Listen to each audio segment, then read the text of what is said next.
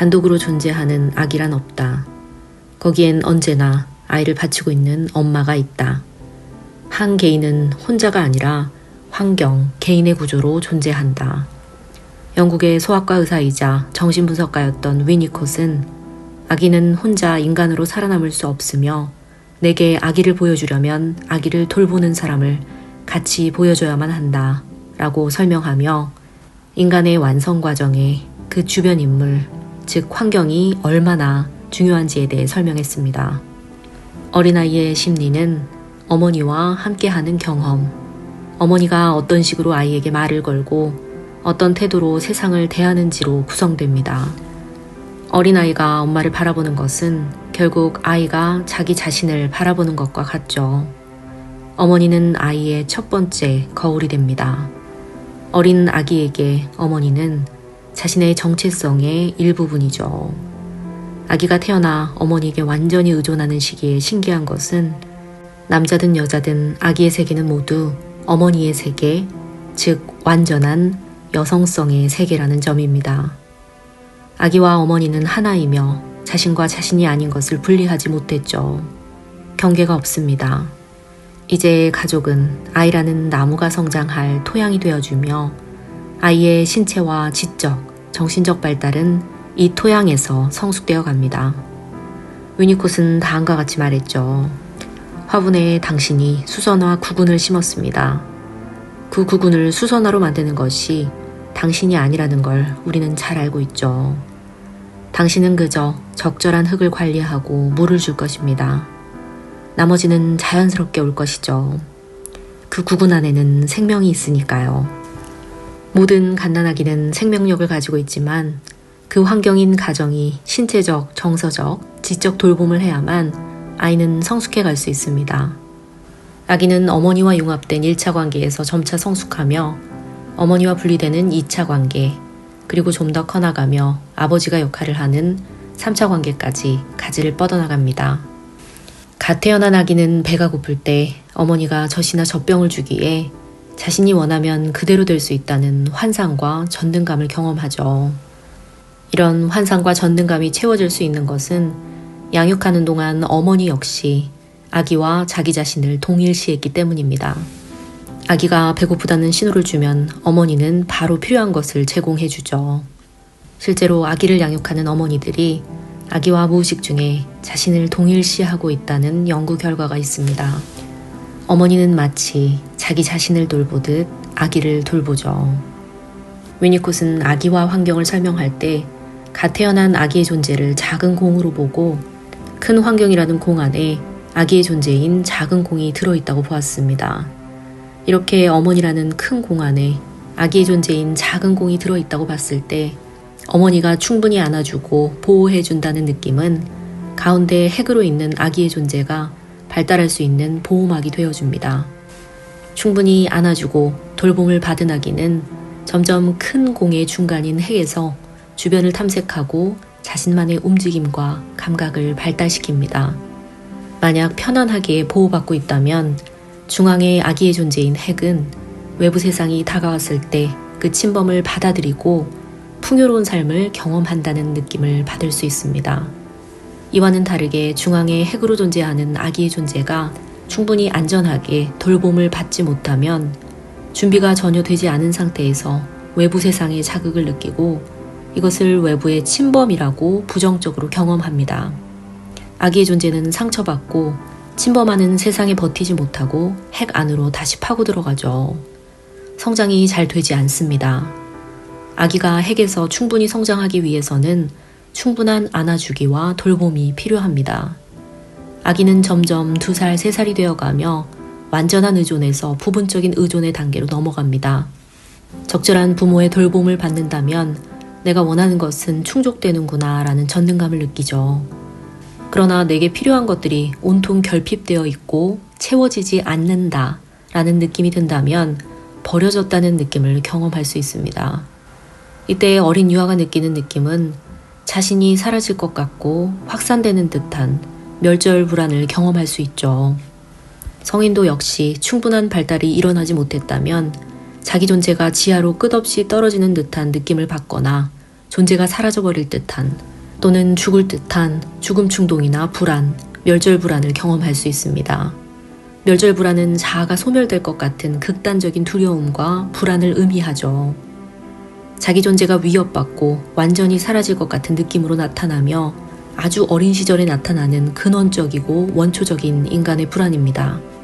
아이가 세상을 접하고 자아가 충분히 형성되지 못했을 때 양육자의 일관된 돌봄과 보호가 없다면 아이의 자아는 유지되지 않을 것 같은 불안을 느끼죠. 이런 느낌은 성인이 된 후에도 재발할 수 있습니다. 강한 거절이나 버림받는 느낌, 심리적으로 압도당하는 경험을 했다면 멸절불안이 일어날 수 있죠. 깊은 공허감이나 상실감, 무력감으로 나타나며 죽을 것 같은 느낌이 들 수 있습니다. 성인이 된 후에도 안전한 관계 안에서 충분한 의존을 하거나 좋은 어머니의 역할을 경험한다면 이런 결핍을 보완할 수 있죠. 상담을 통해 신뢰할 수 있는 관계를 형성하거나 주변에 믿을 만한 사람을 신뢰하며 내적 안정감이나 자기감을 점진적으로 되찾으면서 건강한 독립을 해나갈 수 있습니다. 한 사람이 건강하게 독립했다는 것은 엄마에게 또는 주 양육자에게 충분히 의존했다라는 것을 의미하죠. 충분히 의존하지 못한 사람은 충분히 강해질 수 없습니다. 어린아이가 어머니에게 충분하게, 확실하게 의존하지 못하면 한 개인은 엄청난 불안과 정신적인 미성숙에 시달릴 수 있죠. 삶이 꽤나 즐겁고 괜찮은 곳이라고 느끼는 건강한 인간은 그의 어머니가 어린아이의 신체와 정신에 남겨놓은 무의식에 깊게 새겨진 돌봄과 사랑의 흔적이 있습니다. 위니콧은 충분히 좋은 어머니라는 개념을 설명한 것으로 유명합니다. 충분히 좋은 어머니는 충분히 안아주는 어머니죠. 어머니가 아이의 몸을 받치고 안아줄 때 우리는 단순히 신체를 안아주고 있다고 느낍니다. 그러나 안아주는 행동은 단순히 신체를 물리적으로 안아주는 것만이 아니라 아기의 정신을 감싸고 보호하고 있다는 의미를 가지기도 합니다. 아이는 어머니의 품에 안겨 세상은 안전하고 자신은 보호받고 있으며 외부 세상을 경험하는 것이 위험하지 않고 점점 자신의 정신이 풍부해지는 경험이라고 느낍니다.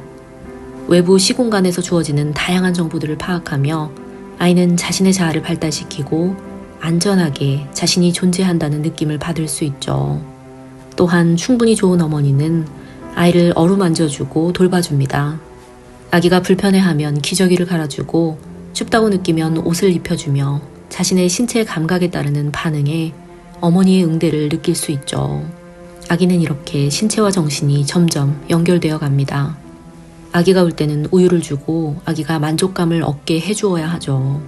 충분히 좋은 엄마라면 아기가 전능감을 느끼며 배고픔을 해결하고 안전한 환경 안에서 점진적으로 전능감을 포기할 수 있게 도와야 합니다. 우리가 누군가에게 편안함을 느낄 때 그 안에는 두 가지 요소가 있습니다. 첫 번째는 연속성이며 두 번째는 신뢰성이죠. 아이에게 연속성을 주기 위해서는 너무 오래 자리를 비우거나 아이를 아프게 해서는 안 됩니다. 또 우울한 감정으로 생기를 잃은 모습을 보여주는 것도 아이가 자아를 형성하는데 어려움을 주죠. 갑작스럽게 환경을 자주 바꾸거나 낯선 환경을 계속 제시하는 것도 아기에게는 연속성이 끊기는 경험이 될 수 있습니다. 실제로 정체성이 약한 경계선 장애를 가진 사람들은 환경 변화에 민감하게 반응하고 안정성을 잃을 때가 많습니다. 아이에게 지속적이고 안정적인 환경을 제공해주지 못하면 아이는 박탈당했다는 느낌을 가지며 반사회적인 행동을 보일 수 있습니다. 다음으로 신뢰성을 가진 양육자는 아이가 예측할 수 있는 안정적인 사람이죠. 엄마는 아이가 예측할 수 있게 안정적인 정서를 보여주면서도 아이가 자기 하고 싶은 대로, 즉 쾌락을 만족하기 위한 일들을 할 수만은 없으며 점점 규칙을 지키고 불편함을 감수해야 한다는 것을 알고 있습니다. 이 때문에 단호하게 규칙을 가르치고 아이를 훈육하기도 하죠. 아이는 어머니의 훈육을 통해 자신의 욕망을 조절하고 감정을 표현하며 자신의 능력을 발달시킬 수 있습니다. 또한 좋은 어머니는 아이가 얼마나 큰 행복을 주는 존재이며 얼마나 가치 있는 존재인지를 설명해 주죠. 아이의 첫 정체성은 어머니가 설명하는 자기 자신에 대한 이미지입니다. 어머니가 너무 우울하고 무기력하다면 아이가 보고 있는 첫 번째 거울은 아이에게 충분한 자극을 주지 못하고 아이는 자신의 정체성을 형성하기 위해 묻고 따지며 외치고 소리를 지르며 어떻게든 자신의 존재를 만들어 나가고자 하죠. 또는 아이가 성장해서 커나가면서 어머니는 자신과 아이가 분리되도록 허락해 주어야 하지만 일부 어머니는 분리를 허락하지 않아 아이가 중간 영역을 형성할 수 없게 합니다. 아이가 독립적으로 분리되고자 하는 신호를 보내지만 어머니는 이를 알아차리지 못하죠. 아이를 분리시키고 독립시켜야만 아이는 중간 영역을 개발할 수 있습니다. 중간 영역은 중간 현실, 즉 아이의 환상과 현실이 겹쳐지는 심리적인 공간을 뜻하죠. 이 공간은 아이가 내면 세계와 외부 세계를 연결하는 중요한 역할을 합니다.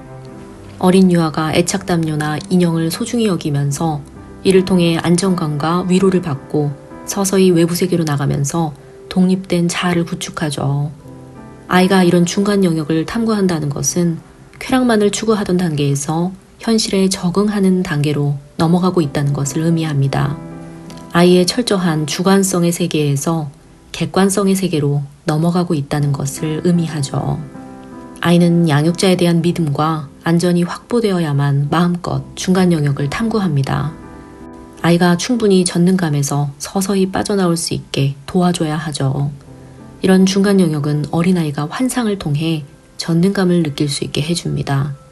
아이는 놀이를 하며 자신이 영웅이 된 것처럼 장난감 칼을 휘두르거나 또는 공주가 된 것처럼 공주 옷을 입고 마법을 쓰기도 하죠. 객관적인 현실만을 받아들이는 일은 성인에게도 쉽지 않은 일이며 어린아이들은 충분히 환상과 전능감을 체험할 필요가 있습니다. 이렇게 아이들이 놀며 경험하는 중간 영역은 완전한 전능감을 느끼는 환상은 아니면서 환상과 놀이가 함께하는 곳이죠. 논다는 것은 인간에게 매우 중요한 행위입니다. 인간은 누구나 객관적인 현실에 어려움을 겪을 때 영화나 드라마를 감상하거나 책을 읽고 음악을 들으며 상상과 환상 속으로 빠져듭니다. 성인도 이런 중간 영역에서 현실과 환상 사이를 오가며 자아를 확장하고 스트레스를 완화하며 더 깊은 자기 탐색을 해나갈 수 있죠. 이런 중간 영역은 아이뿐 아니라 어른들에게도 심리적 균형을 찾는 데 매우 중요한 역할을 합니다. 아이들이 이처럼 환상의 놀이를 통해 자신을 달래주고 진정시키면서 안정감을 찾아가죠. 논다는 것은 이렇게 환상과 현실이 공존하면서 현실이면서도 꿈과 같은 전능성이 가능한 영역입니다. 이런 중간 영역에서 아이는 마음껏 자신을 테스트해 볼 수 있죠. 이렇게 창의적으로 잘 놀 수 있는 아이는 다른 사람과도 잘 놀게 되지만 갈수록 혼자 있는 능력도 갖게 됩니다. 혼자 있을 수 있는 능력이 있다는 것은 역설적으로 누군가 함께 자신과 있어준다는 안전한 느낌을 가졌다는 것을 뜻합니다. 아이는 성장하면서 어머니나 보호자가 안전하게 곁에 있어준다는 신뢰와 안정감을 충분히 느낄 때만 그 보호막 안에서 자신을 탐구하고 혼자 있을 수 있는 경험을 할 수 있게 되죠. 혼자 있을 때도 마음속 깊은 곳에서는 보호자의 지지를 느끼기에 외롭지 않고 안정적으로 혼자만의 시간을 즐길 수 있습니다. 혼자 있는 능력은 이렇게 외부 세계와 단절된 상태가 아니라 자신의 내면에 누군가와의 관계에 대한 신뢰와 안정감을 유지할 수 있는 능력이기도 합니다. 성인의 경우에도 혼자 있는 시간을 힘들어 한다면 이는 내면에 신뢰할 수 있는 관계에 대한 안정감이 부족할 때 일어나는 일이죠. 어린 시절 충분히 안정적이고 신뢰할 만한 돌봄을 경험하지 못했거나 성인이 되어서 관계에서 반복적으로 실망이나 불안을 경험했을 가능성이 있습니다. 신뢰할 수 있는 타인의 존재에 대한 믿음이 없다면 혼자 있을 때 불안과 고립감을 느낄 수 있습니다. 중간 영역에서 아이는 힘을 빼고 환상과 현실을 마음껏 오가며 즐거운 시간을 보내죠. 위니콧은 이런 중간 영역을 결정하는 것이 아이와 양육자와의 관계라고 보았습니다. 아이는 양육자와의 동일시를 통해 세상을 어떻게 살아갈지 자신의 태도를 정하고 인간관계를 맺으면서 자신에 대해 생각합니다. 이 중간 영역 안에서 아이는 자신을 실험하며 여러 능력들을 성장시키죠. 이렇게 점점 독립할 준비가 되어갑니다. 모든 인간에게는 창조성이 내재하고 있죠. 세상을 건강하게 바라보고 새로운 것들을 발견하며 외부를 탐색합니다. 어린아이는 미끄럼틀에 올라가다 떨어지고 넘어지지만 다시 또 올라가려 하며 창조적인 본능을 보여줍니다. 인간은 안전한 환경에서 기술을 발명하고 예술 활동을 하고 지적 활동을 하며 마음껏 창조성을 펼칠 수 있습니다. 이렇게 내적인 성숙함을 이루고 좋은 사람으로 독립한다는 것은 충분한 의존에서 비롯되는 일이죠. 우리 주변에 성장하는 아이들이 충분한 돌봄과 보호를 통해서 당당하게 독립할 수 있도록 주변 어른들의 역할이 중요하다고 생각됩니다.